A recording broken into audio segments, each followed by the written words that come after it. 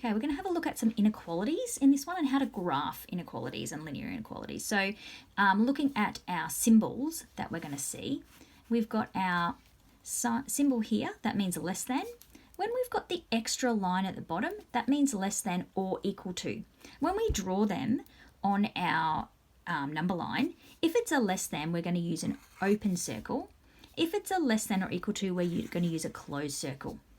For our greater than, that's what this one is here, we'll use an open circle. For our greater than or equal to, we're going to use a closed circle. So a couple of examples that we've got here. When x is greater than 2.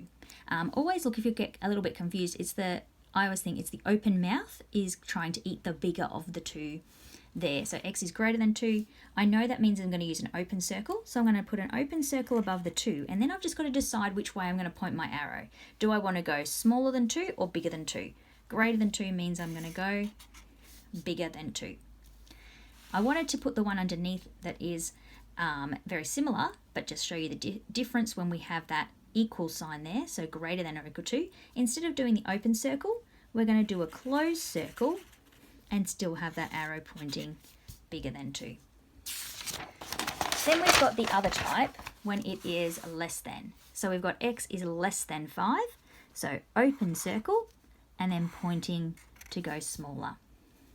If it's less than or equal to 5, closed circle and pointing to go smaller. Then we've got a couple where it's between two values. So this is saying that x is greater than 1, but it's less than or equal to 4. So we do open circle for 1, closed circle for 4, and we're looking at bigger than 1 but smaller than 4, so it's the space in between.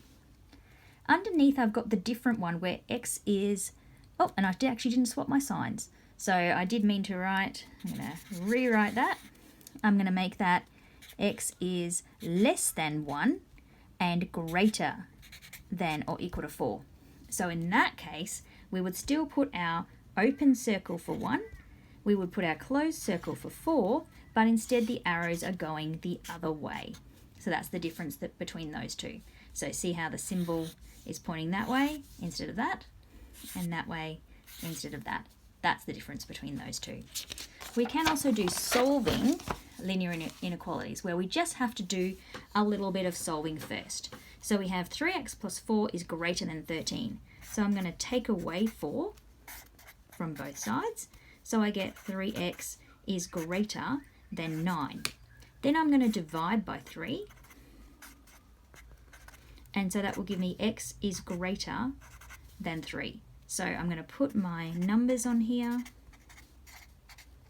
I'm going to put my open circle for the 3, and I'm showing that it is greater than 3. And I can put an x on the end there to show that that is for x.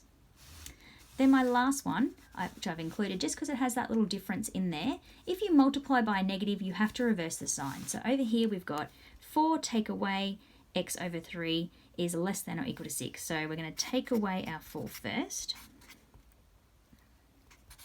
So we get negative x on 3 is less than or equal to 6. Oh, sorry, 6 take 4 is 2. And then we're going to multiply by negative 3 to give us a positive x there. So when we multiply by negative 3, we'll get negative 6. And here's where we have to switch the sign. So we're going to make it go the other way. And x is greater than or equal to negative 6. So then when I draw my number line on my page, I need to make sure I show the number 6 in there at some point. So I've got negative 6. So either side of that we've got negative 7, negative 8, negative 9, negative 5, negative 4, negative 3, negative 2. Here's my negative 6, closed circle, and I'm going greater than negative 6.